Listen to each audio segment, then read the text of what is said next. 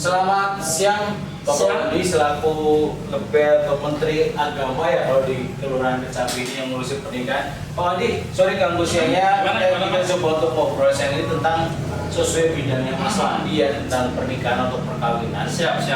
Kira-kira langkah pertama apa yang harus dilakukan warga ketika memang ingin mengadakan suatu pernikahan atau masalah pernikahan, syarat-syaratnya atau tembusannya harus seperti Mas Andi, gimana ceritanya? Terima kasih buat pertanyaannya, bagus sekali ya buat yang rekan-rekan yang mau daftar nikah. Pertama buat yang peserta nikah tuh balik lagi ke calon laki-lakinya. Kalau dari luar Cirebon harus ada dari Andon nikah dari laki-lakinya sesuai domisili, misalnya contohnya dari wilayah Kabupaten Cirebon, misalnya minimal bisa sama kayak di sini juga misalnya kayak fotokopi KTP KK yang terus kalau itu sih Andon nikah dari laki-lakinya.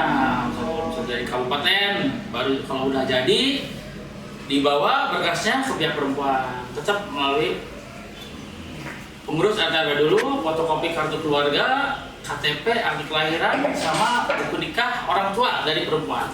Berarti harus ada surat andon nikah dari komisi PKI kalau itu dari luar gitu ya? Siap. Oke. Selanjutnya Mas Wandi, kalau sudah terpenuhi syarat andon nikah dari pihak laki-laki yang dari luar domisili itu, kemudian selanjutnya harus ngurus ke RT RW kelurahan atau gimana? Mohon ceritanya Mas Wandi. Siap.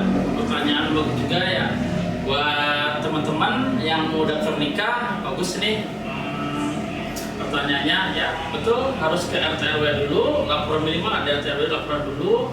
Kalau udah ke RT RW kan di RT RW persyaratannya dilengkapi dulu kayak fotokopi kartu keluarga, terus KTP calon pengantin, KTP wali, terus andon nikahnya udah beres. Kalau udah ke RT RW bikin pengantar baru ke kelurahan buat bikin pengantar ke KUA.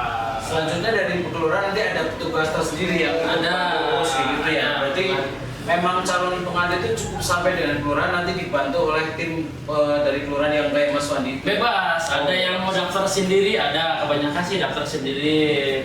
Biasa ada yang diwakili sama orang tua, ada yang bersangkutan dua-duanya daftar bisa. Monggo itu sih. Nah, ini yang paling penting Mas Wandi, masalah anggaran atau biaya untuk pernikahan. Kalau biaya masih yang lama peraturan Menteri Agama itu tetap buat bayar di luar kantor ya. Di luar kantor. Berarti dengan kata lain mengundang pihak rumah gitu ya. Di rumah bisa di hotel itu masih tetap. Itu bayarnya 600.000. 600.000 rupiah teman-teman ya. Jangan sampai lebih dari itu. Itu proses pembayarannya. Nah, bisa lewat Mandiri bisa bayar. Ntar kalau pembayaran itu daftar dulu ke kantor KUA, dikasih buat link pembayarannya. Bebas mau cash, mau cash lewat kantor pos bisa.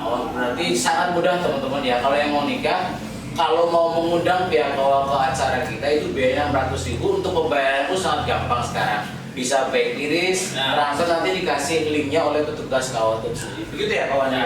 Terus kalau kita nikahnya di kantor KUA, bagus lagi pertanyaan teman-teman buat yang baru mau menikah atau buat di kantor itu gratis. Yang penting gratis teman-teman. Jam kerja Senin sampai hari Jumat.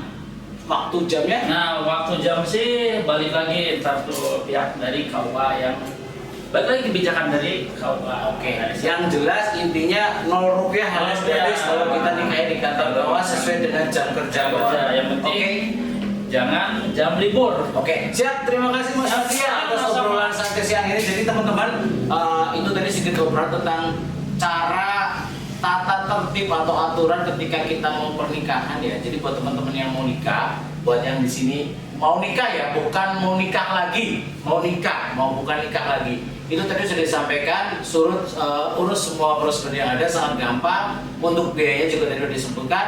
Dan yang paling penting kalau kita nikah di kantor KUA, biayanya 0 rupiah. Oke, terima kasih. Sampai jumpa di Kecapi Bersuara selanjutnya. Saya Aji dari Kecapi. Terima kasih. Bye.